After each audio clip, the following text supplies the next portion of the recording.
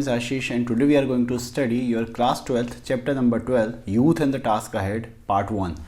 Let me tell you one thing that this is the most important chapter of your whole English book.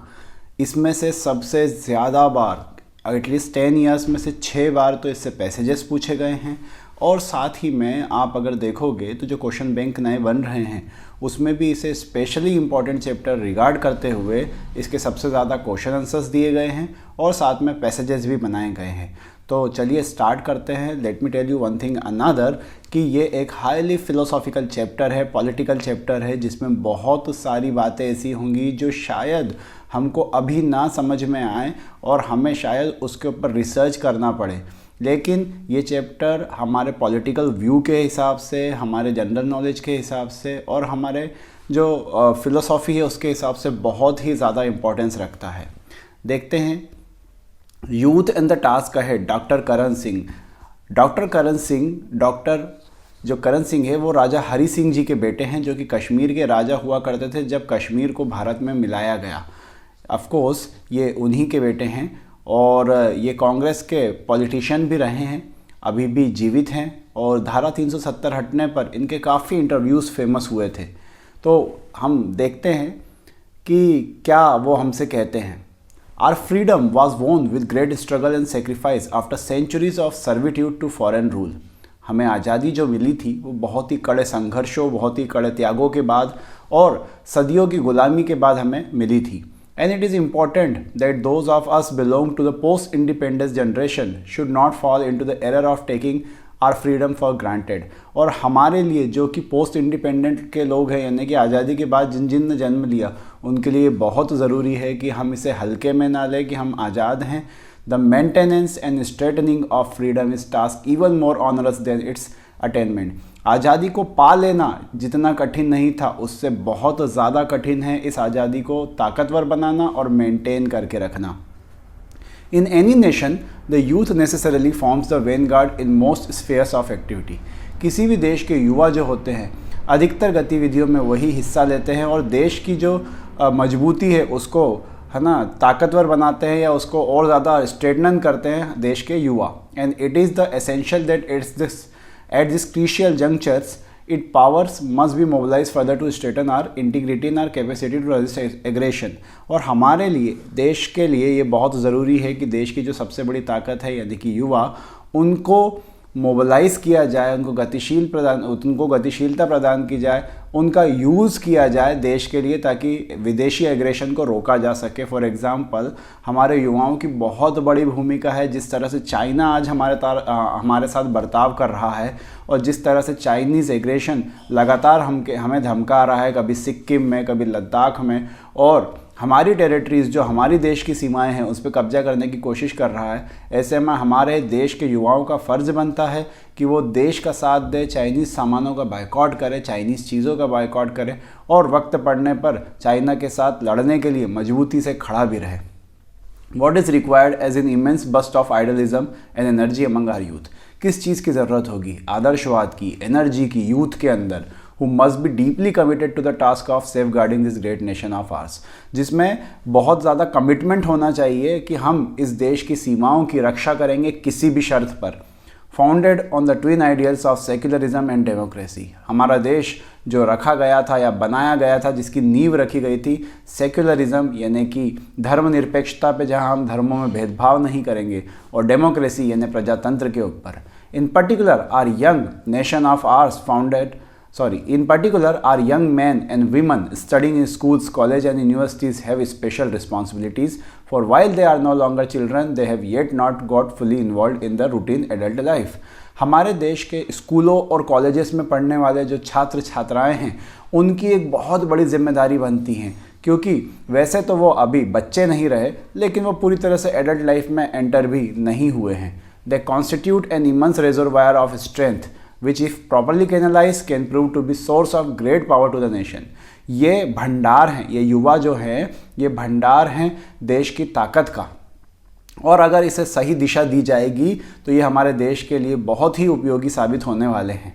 Indeed, it is these young Indians who will soon be called upon to provide leadership in all walks of nation life। और यही युवा होंगे जो आगे चल के थोड़े ही समय बाद देश की जो नेतृत्व करेंगे हर दिशा में, हर क्षेत्र में। And they must train themselves to fulfil the future responsibilities with distinctions. और इस चीज़ के लिए उन्हें तैयारियां शुरू कर देना चाहिए, अपने आप को ट्रेन करना शुरू कर देना चाहिए। I would like to address a few words in particular to our young men and women। मैं कुछ शब्द कहना चाहूँगा उन्हीं युवाओं के लिए जो हमारे देश की महिला हैं, पुरुष हैं, उन लोगों से वो कुछ कहना चाहते हैं लेखक। If they are to be effective in the service of the nation, it is essential that they must fit themselves in every way for this task। अगर वो देश की सेवा करना चाहते हैं तो उनके लिए बहुत ज़रूरी हो जाता है कि वो अपने आप को इस लायक बनाएं कि वो देश की सेवा कर सके। The building up of a vast and pulsating democratic nation is no mean undertaking and a mere desire to be service is not enough. केवल सेवा की इच्छा होना काफ़ी नहीं है। हम अगर ये कहते हैं कि यार मेरे पास अगर पैसा होता तो मैं गरीबों की मदद कर देता, ये हमारी इच्छा है। क्या आपने सचमुच कभी पैसा होने के बाद भी या पैसा होते हुए भी किसी गरीब की मदद की? क्या अपने आप को भारत का नागरिक कहना, आपके सामने कोई झंडे का अपमान कर देता है, आपके सामने कोई देश को गाली बकता है और आप चुपचाप खड़े रहते हैं? आपके सामने ही अगर कोई विदेशी है ना हमारे देश के लिए बुरा करता है, हम खड़े रहते हैं। देश की सेवा की इच्छा होना एक अलग बात है और देश की सेवा करना एक बिल्कुल ही डिफरेंट चीज़ है। यही लेखक कहना चाहते हैं कि देश की सेवा की इच्छा रखना एक डिफरेंट मैटर है और सिर्फ इच्छा रखने से काफ़ी नहीं होगा। It must be accompanied by the ability to do so effectively. आपको वो काम इफ़ेक्टिवली अपनी क्षमताओं के साथ करना भी पड़ेगा। आगे लेखक कहते हैं, there are several distinct dimensions in which our youth must equip itself. ऐसे बहुत सारे आयाम हैं, ऐसे बहुत सारे क्षेत्र हैं या डायमेंशंस हैं जिनमें हम ये कर सकते हैं। The first is the physical. इसमें पहला डायमेंशन या पहला क्षेत्र जो आता है वो आता है फिज़िकल, यानी कि भौतिक, यानी कि हमारे शारीरिक जो चीज़ें हैं वो। Building a great democracy and defending it from predatory aggressors requires a young generation that is physically strong. देश की प्रजातंत्र को बनाना और उसे बचाए रखना विदेशी आक्रमणों से, इसके लिए ज़रूरी होता है कि हमारे देश के युवा या यंग जनरेशन जो है वो फिज़िकली स्ट्रांग हो, ताकतवर हो, with muscles of iron and nerves of steel. ये देखिए एक ये एक तरह से एक कहावत मान सकते हैं आप इसको, क्योंकि आयरन की मसल्स और स्टील की नर्व्स तो होती नहीं है, लेकिन मजबूती उतनी होना चाहिए ताकि देश को बचा सके। And for this it must equip itself by undertaking physical training and developing physical fitness. और ये सिर्फ तब पाई जा सकती है जब आप फिज़िकल ट्रेनिंग करें, फिज़िकल फिटनेस को मेंटेन करें और जहाँ तक कर सके, मैक्सिमम एक्सटेंट पॉसिबल जहाँ तक आप कर सके, आपको वो करना चाहिए। Despite technological advances and mechanisation, defence is still to a large extent a matter of dogged physical endurance. बहुत तरक्की हुई है साइंस में, टेक्नोलॉजी में, लेकिन आज भी जो युद्ध है वो ताकत के दम पे लड़े जाते हैं और आज भी जो डिफेंस है या रक्षा है वो फिज़िकल एंड्योरेंस, फिज़िकल क्षमताओं का है ना एक काम है। And courage is our officers and jawans have so magnificently proved on the field of battle. और ये साहस का खेल है और इस साहस को हमारे देश के सैनिकों ने बार बार है ना बैटल में, युद्ध में प्रूव भी किया है। They emerge victorious against superior and more sophisticated war equipment. हमने हमारे से ज़्यादा बेहतर जो वार इक्विपमेंट्स थे उन पर कंट्रोल पाया है। हमने देखा था कि किस तरह से जो अभिनंदन थे उन्होंने MiG-25 की मदद से है ना अमेरिका के बहुत ही ज़्यादा एडवांस F-16 को मार गिराया था। इसके अलावा हमारे जो और भी ऐसे एग्ज़ाम्पल जो पास्ट में देखने को मिले हैं, है ना। एक गाजी करके उनका सबमरीन था जिसे भारत ने डुबोया था, जो कि हमसे बहुत ज़्यादा एडवांस हुआ करता था पाकिस्तान का। तो इस तरह से हमने बताया है क्षेत्रों में कि किस तरह से हम दूसरों के ऊपर है ना सिर्फ अपने साहस के दम पे कंट्रोल कर पाते हैं और हमारे जवानों में ये कूट कूट के भरा हुआ है। In this context the National Cadet Corps NCC, the physical fitness scheme and other similar organisation play valuable role. इस काम में हमारी NCC जो है या फिज़िकल फिटनेस स्कीम जो है या इसी तरह की और जो ऑर्गेनाइजेशन है वो हमारे युवाओं को बेहतर बनाने में, ताकतवर बनाने में बहुत ही महत्वपूर्ण भूमिका अदा करती है। And these opportunities must be fully availed of. और ये जो अवसर हमें प्रदान करती है इसका पूरा फ़ायदा लिया जाना चाहिए।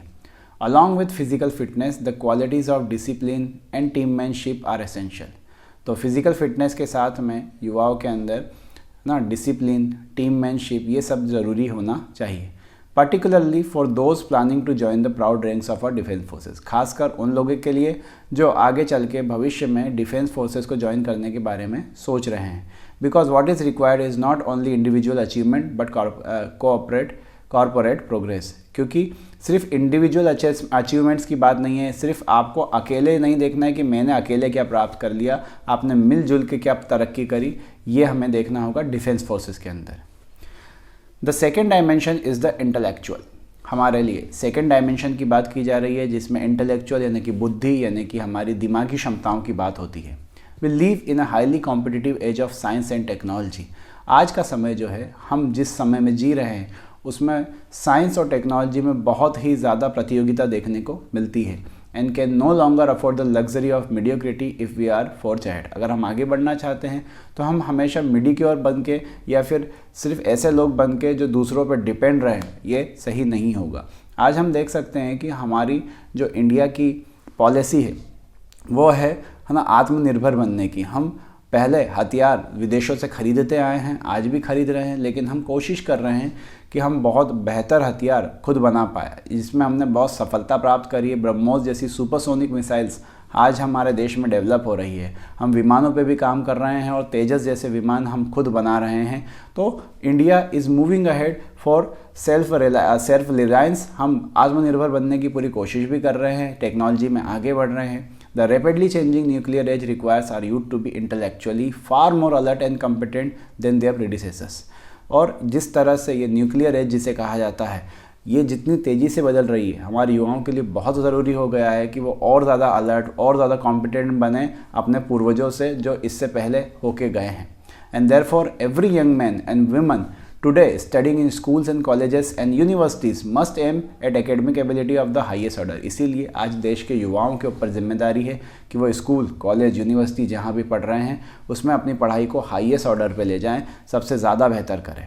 इन developing nation like ours where large numbers are still unable to acquire primary education, हमारा देश जहाँ पर अधिकतर लोगों को प्राइमरी एजुकेशन भी नहीं मिलती है, इसमें ऐसे लोग जो ऊंचे संस्थानों में पढ़ रहे हैं वो एलाइट यानी कि बड़े लोग कहलाएंगे, प्रिविलेज एलाइट कहलाएंगे, विशेषाधिकार वाले लोग कहलाएंगे।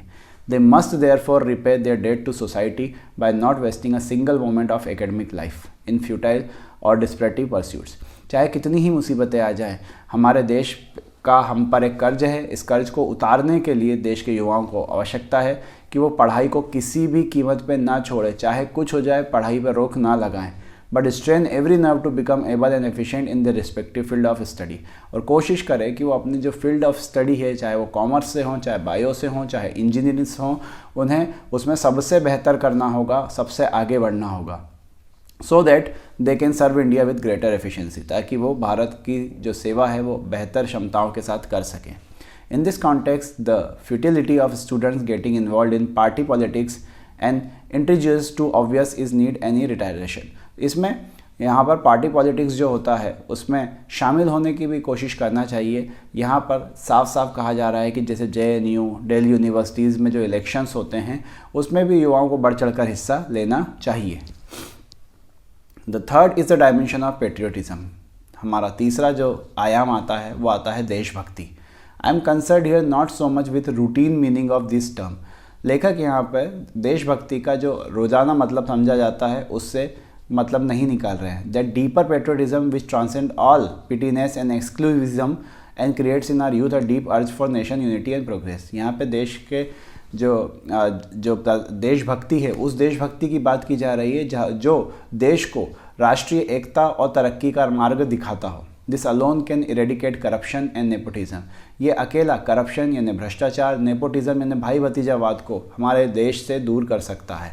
And our land and galvanise our whole process of economic development, और हमारी जो पूरी इकोनॉमिक डेवलपमेंट की प्रोसेस है उसको ढाल सकता है सही रास्ते पे, which is so crucial to success of our democracy. और ये हमारी डेमोक्रेसी के लिए, हमारे प्रजातंत्र की सक्सेस के लिए बहुत ही ज़्यादा ज़रूरी है।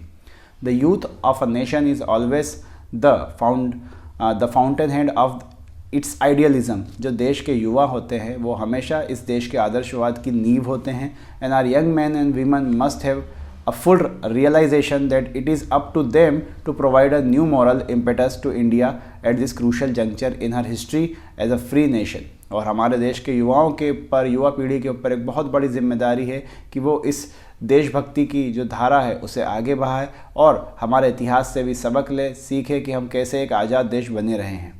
In this context, I cannot resist the temptation to quote from a speech delivered over half a century ago। यहाँ पर लेखक एक अरविंदो घोष जो थे उनकी एक लाइन को दोहरा रहे हैं जो उन्होंने शायद 50 साल पहले कही थी जब ये चैप्टर लिखा जा रहा था। उससे पहले बंगाल नेशनल कॉलेज में जब वो स्टूडेंट्स के बीच में सभा लेने गए थे और उन्होंने कहा था, there are times in a nation's history when providence place before it one work one aim to which everything else however high and noble in itself has to be sacrifice. जहाँ पे उन्होंने sacrifice के ऊपर कहा था कि एक समय ऐसा आएगा जब देश को आपकी ज़रूरत होगी और देश आपका त्याग मांगेगा, सेक्रीफाइस मांगेगा। Such a time has now arrived. वो समय आ चुका है। For our motherland when nothing is dearer than her service.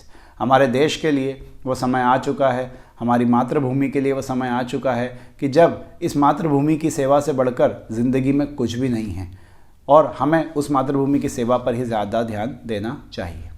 तो हम देख रहे हैं कि चैप्टर काफ़ी हाईली फ़िलोसफिकल जा रहा है, लेकिन देशभक्ति की बातें हो रही है और साथ में हमें बताया जा रहा है कि युवाओं को किन डायमेंशंस में आगे बढ़ना चाहिए, जहाँ पे हमारे सामने 3 डायमेंशंस जो हैं वो अभी तक आ चुके हैं, फिज़िकल, इंटेलेक्चुअल और साथ में पैट्रियोटिज़म आ चुका है। हम स्पिरिचुअल डायमेंशन और लेखक और क्या बातें कहना चाहता है इस चैप्टर के अंदर, उन्हें फर्दर डिस्कस करेंगे पार्ट 2 में। So thank you for watching and wait for the part 2।